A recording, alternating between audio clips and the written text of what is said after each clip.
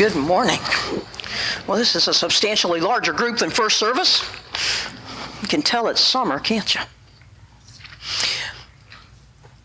In the spring, on one of those beautiful, beautiful spring days that you get where you have those 3 days during the spring where you can actually have all your windows open and it's nice.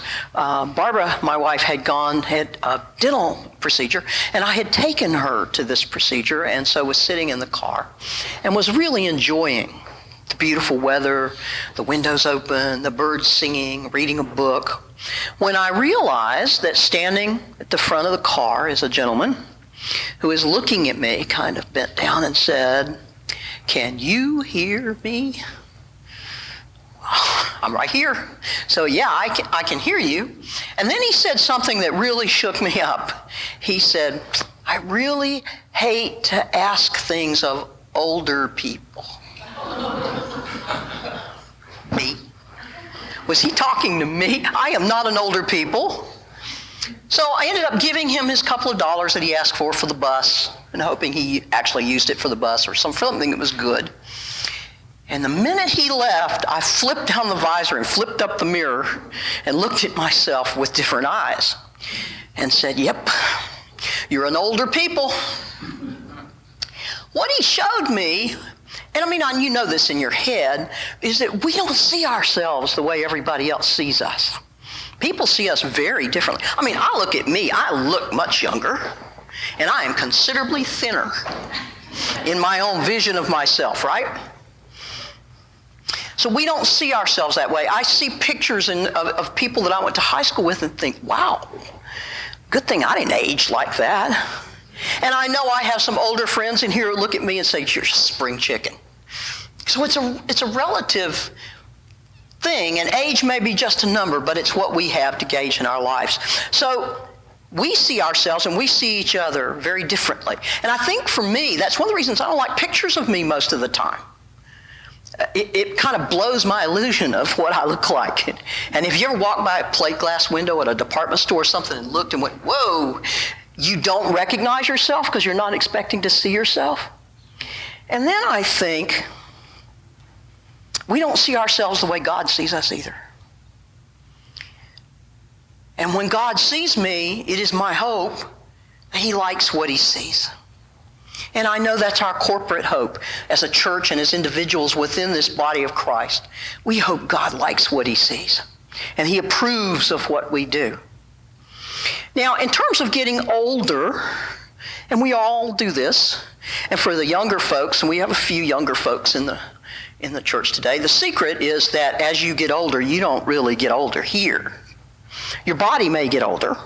You may slow down, but in your mind, you are still just as on it as you were when you were 20, 25 years old. It's just your body sometimes tells you to get real. But our hope is as we go through life, and especially as we get older, we will get older with dignity, and we will have all our faculties, and we will be able to do for ourselves, and we won't be dependent on other people. That's one of our hopes for getting older. But hope is a big word. It's like I was talking to the kids. Hope is a huge word. And there are all kinds of hope. We use hope, the word hope, just like we use the word love without thinking about what we're saying, right? There's frivolous hope. I wish I'd hope I win the lottery. Well, I kind of do. But, we use the word just like we use the word love. We have expectations when we say hope. I hope I get called next at the doctor's office. I hope I make it home on time. I hope the preacher doesn't go on too long. Those expectations, and they're all valid.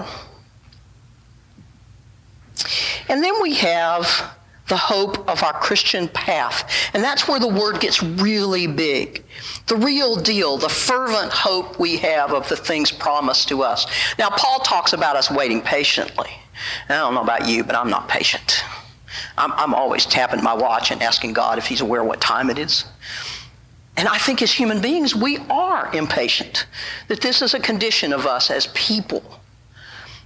But we keep hoping for that which God has promised, because God gave us that in that he sent his greatest hope for us in the form of Jesus. Now, we can't conceive of God, and we've talked about this before. God is so beyond any modicum of of understanding that we have, we really need Jesus. Because Jesus brings God to a level that we can at least grasp on some basis. Because he allowed himself to be a human being. And we can grasp humanity. So we look for the things we hope for through God. We hope for peace on earth. We hope for the end of hunger. We hope for the end of homelessness. That diseases will be cured. Those are big hopes. And these are the things we, as the body of Christ, are supposed to be out there helping to realize that hope in the world. That's the hope God extends to us. And it's the hope of God's kingdom on earth, and we are the ones who establish that kingdom on earth. Now, I'm not patient, and I'm also not humble. I wish I were, but I realize that I really am not, and I need people to kind of pull me back down to earth sometimes. Because as we hope for these incredible things, we need to be looking at who we are in the world and how we're going about realizing them. And in order to do that, we can't be divided. And we're living in some pretty wild times these days where we are more polarized than I in my lifetime can ever remember us being.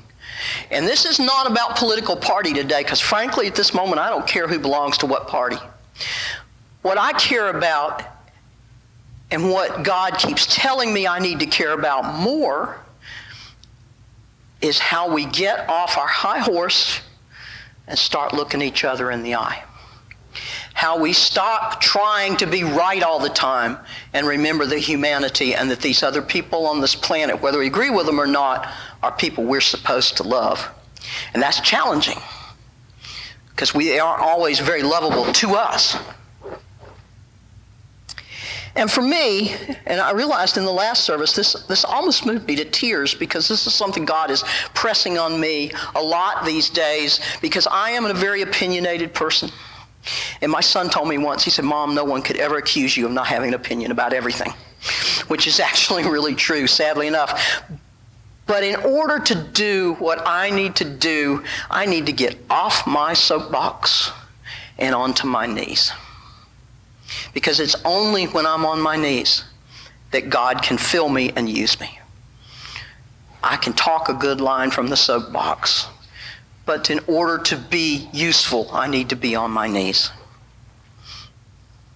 I need to find ways of not thinking I'm wrong, but of understanding that I'm not always right, and neither is anyone else around me. I need to learn to listen not only to the voices I want to hear, but to voices I need to hear. And they may not agree with me, but I need to hear them. So I spend too much time on my personal soapbox, and I need to get off, and I need to close my computer and get off the internet, where we all hide in that level of anonymity. Even if we know one another, we're not looking each other in the eye, so we feel a lot braver to say things we may not be proud of later. And I need to start meeting people face to face, eye to eye, hand to hand, because we are the great hope of this world. God imbues in us his shining light, his hope for the rest of the world. And I ask you, in your own minds, however you want to do it, to try spending a little more time on your knees. Maybe it means that 5 minutes of prayer before you jump up and run out the door in the morning. Maybe it means instead of yelling at the driver in front of you, you actually say a little prayer behind the wheel of the car.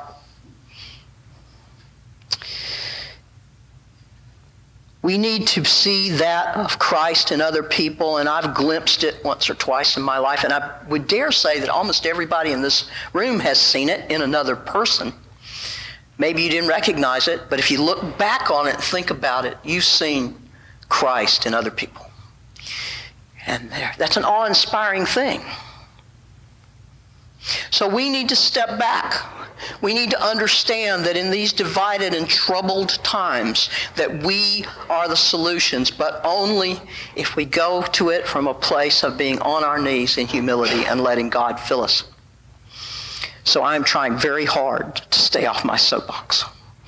This is very difficult for me because I'm good at it.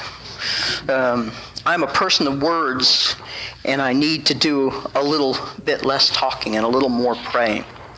And I hope for the New Jerusalem that's promised in the Bible to arrive, and for us to all to be part of it. And I hope as we do that, we truly become the face of Christ in the world. Amen.